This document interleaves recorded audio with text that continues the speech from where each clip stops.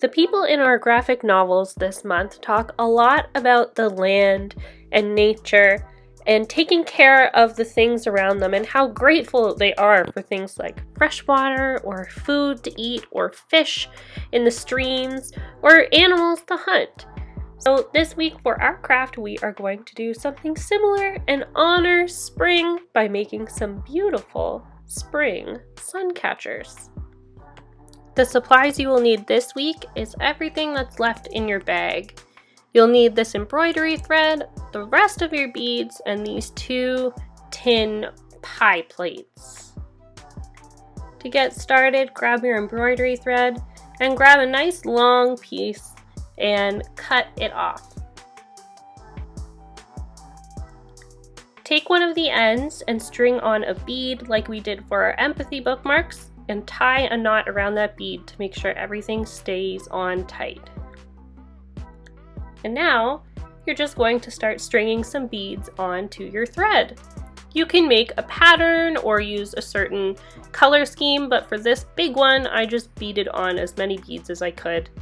In a random order, I sprinkled in the see-through beads in between just to make sure I had a good mix of opaque and translucent beads. When you're done, tie a knot around the end bead on this side just to make doubly sure that nothing falls off.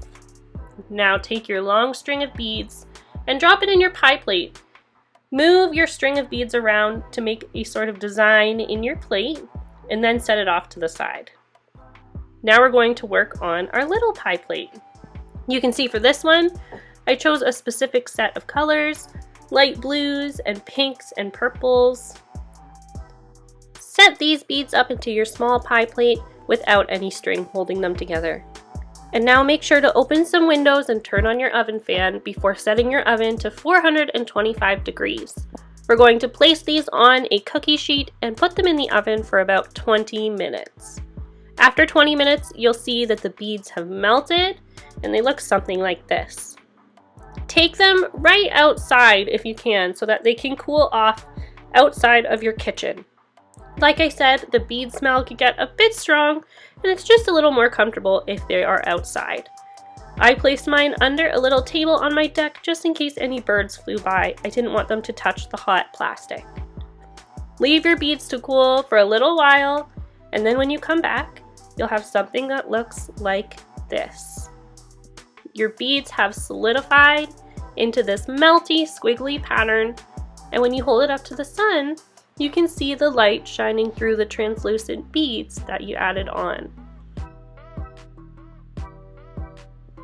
It looks really cool up in a window or hanging outside. Now for your smaller sun catcher, I forgot to add a hanger to mine, but if you grabbed a little loop of string and draped it over the side or tied it to one of the beads inside of the little pie plate, or used your paper clip from your label that was attached to this craft, you could make a little hanger for this one as well. And I think this small one is my favorite because of how many translucent beads and all of the matching colors. This will be our last Booking It video as our club will be resuming in the library in person. Thank you so much for joining me over these weeks at home and online, and I look forward to seeing you guys again soon. Bye!